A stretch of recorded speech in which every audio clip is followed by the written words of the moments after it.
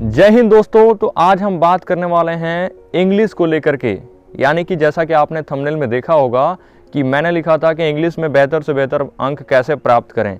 तो कोई भी डिफेंस का एग्ज़ाम हो, एयरफोर्स का हो, आर्मी का हो या आर्मी नेवी का हो, अगर आप कोई भी इनमें से एग्ज़ाम्स देते हैं तो इसमें इंग्लिश सेक्शन होता है जिसमें क्वेश्चंस आते हैं, चाहे वो ग्रामर का सेक्शन हो या वोकैबुलरी का सेक्शन हो। तो बहुत से स्टूडेंट्स को यही डाउट रहता है कि वो किस तरह से वोकैबुलरी को लंबे समय तक याद रखें या किस तरह से क्वेश्चंस की प्रैक्टिस करें कि उन्हें वो क्वेश्चंस एग्जाम में जाते समय बहुत ही आसान लगे और वो बिल्कुल आसानी से उस सेक्शन को पास कर पाएँ, यानी कि उसको क्वालिफाई कर सकें। तो आज हम लोग इसी के बारे में चर्चा करने वाले हैं। मैं हूं मंटू सिंह और आप देख रहे हैं वॉरियर्स क्लासेस। तो अब हम बात करते हैं कि स्टूडेंट्स का सबसे ज़्यादा डाउट ये होता है कि वो लोग पूरा का पूरा सिलेबस कवर कर लेते हैं, वो पूरे ग्रामर वाले सेक्शन को और वोकैबुलरी वाले सेक्शन को कंप्लीट कर लेते हैं, फिर भी जब वो एग्ज़ाम देने जाते हैं, जब वो कंप्यूटर स्क्रीन के सामने बैठते हैं और उनके सामने क्वेश्चंस शो किया जाता है, तो उन क्वेश्चंस को देख करके उनके माइंड में बहुत सारे डाउट्स आने लगते हैं कि इस क्वेश्चंस का आंसर ए होगा या बी ऑप्शन होगा या सी ऑप्शन होगा। तो इस तरह से डाउट्स क्यों आते हैं? क्योंकि उनका कॉन्सेप्ट बिल्कुल क्लियर नहीं होता है, या तो वो उन रूल्स को पढ़े होते हैं लेकिन उस पर क्वेश्चंस नहीं किए होते हैं।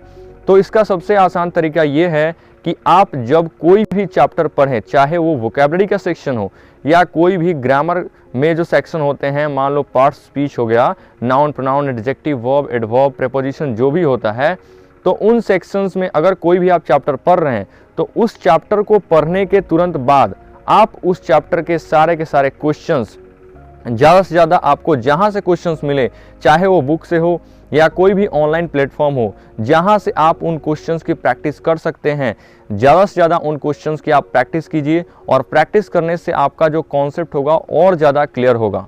और एक और चीज़, जब आप कोई भी कॉन्सेप्ट पढ़ते हैं तो उसका कुछ ना कुछ एक्सेप्शन ज़रूर होता है, अपवाद में दिया रहता है, जो कि उस रूल को फॉलो नहीं करता है। तो उन एक्सेप्शंस को हमेशा याद रखें, क्योंकि अगर कॉन्सेप्ट से क्वेश्चन नहीं पूछा गया तो उसका जो एक्सेप्शन होता है उससे ज़रूर क्वेश्चंस पूछे जाते हैं और आप उन्हीं में अपना वहाँ पर अलग फार्मूला लगाते हैं जिससे कि आपका वो क्वेश्चन गलत हो जाता है।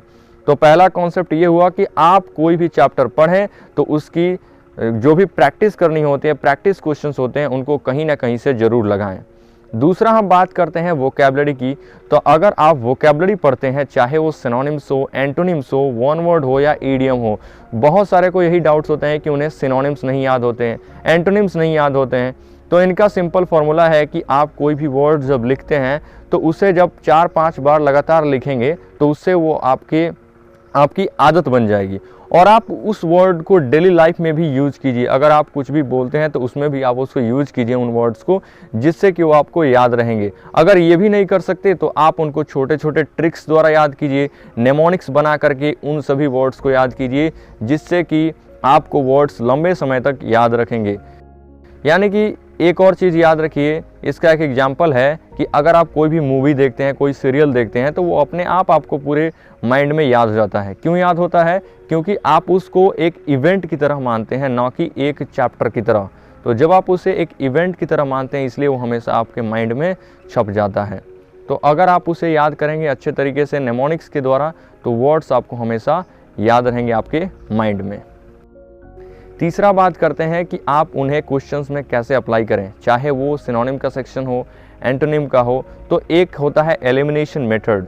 अगर आप इडियम फ्रेज है या सिनोनिम्स हैं तो उसमें देखते होंगे कि कोई भी अगर 4 ऑप्शन है, उसमें से 3 एक ही वर्ड के सिनोनिम्स होते हैं या एंटोनिम्स होते हैं, या 2 वर्ड ऐसे होते हैं जिनका मीनिंग सेम होता है। तो इस तरह से आप एलिमिनेशन मेथड भी लगाएंगे तो भी आप क्वेश्चंस को सॉल्व कर पाएंगे। या इसके अलावा हम बात करते हैं ग्रामर सेक्शन में। तो ग्रामर सेक्शन में स्पोर्टिंग एरर का क्वेश्चन आता है, फिल इन द ब्लैंक्स आता है, या आर्टिकल के क्वेश्चन आते हैं, एडजेक्टिव के क्वेश्चंस आते हैं। तो इन सभी चैप्टर्स को अगर आप एक बार पढ़ चुके हैं तो फिर से दोबारा उसको रिवाइज़ कीजिए।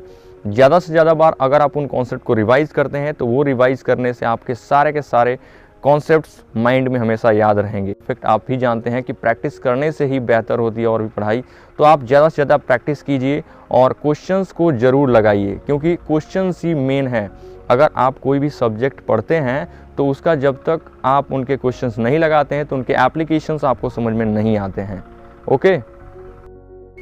तो दोस्तों मैं यही कहना चाहूँगा कि अगर आप कोई भी चैप्टर पढ़ते हैं तो उनके डाउट्स अपने मन में कभी मत रखिए, क्योंकि डाउट्स रखेंगे तो एक डाउट से 2 डाउट्स होंगे, 2 से 10 होंगे, 10 से 20, 20 से हज़ारों डाउट्स हो जाएंगे आपके मन में और आप किसी भी क्वेश्चंस को आसानी से सॉल्व नहीं कर पाएंगे। तो अगर आप कहीं भी पढ़ाई कर रहे हैं, चाहे वो ऑफलाइन क्लासेस ले रहे हो या ऑनलाइन क्लासेस ले रहे हो, तो उन चैप्टर के क्वेश्चंस जब आप सॉल्व करते हो, आपके मन में अगर कोई डाउट आता है तो उन डाउट्स को अपने टीचर से ज़रूर पूछिए और मेहनत अच्छे से कीजिए। यानी कि आप कोई भी चैप्टर पढ़ें तो क्वेश्चंस को ज़रूर लगाएं, मैंने आपको पहले ही बताया। और अगर आपको कोई भी डाउट हो तो हमारे कमेंट सेक्शन में ज़रूर करके पूछिए। और वीडियो अगर आपको अच्छी लगे तो वीडियो को लाइक कीजिए, दोस्तों को शेयर कीजिए और चैनल को भी सब्सक्राइब कर लीजिए। मिलते हैं जल्द ही नेक्स्ट वीडियो में। जय हिंद।